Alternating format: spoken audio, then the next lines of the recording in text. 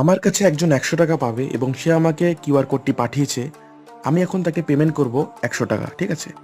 তো সে আমাকে এই কিউআর কোডটি পাঠিয়েছে। দেখুন বন্ধুরা, এই কিউআর কোডটি পাঠিয়েছে। তো এই কিউআর কোডে আমি ১০০ টাকা এখন তাকে পাঠাবো।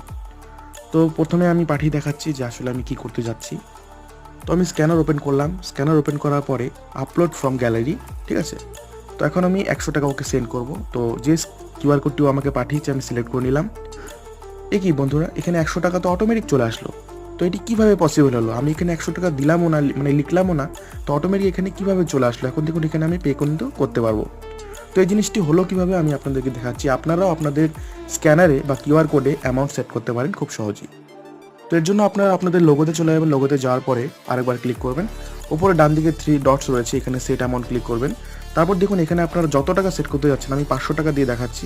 ওকে করবেন। দেখুন আপনাদের কিউআর কিন্তু রেডি হয়ে গেল। এখন আপনি এটি